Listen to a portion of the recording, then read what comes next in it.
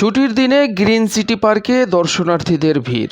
বরিশাল নগরীর ১১ নং ওয়ার্ড রাজা বাহাদুর সড়কে নির্মিত গ্রিন সিটি পার্কে উপচে পড়া দর্শনার্থীদের ভিড়।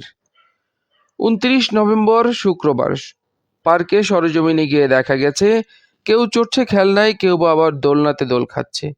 বিভিন্ন রাইডে ছিল শিশুদের উপস্থিতি। ছুটির দিনটিকে একটু ভিন্ন আমেজে কাটানোর জন্যই বরিশালবাসী বেছে নিয়েছে এই বিনোদন পার্কটিকে।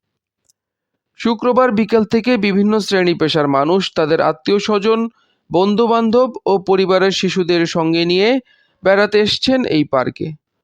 নগর জীবনের ব্যস্ততা ও ক্লান্তিকর জীবনকে একটু চাঙ্গা করতে আলাদাভাবে সময় কাটানোই ছিল তাদের মূল উদ্দেশ্য।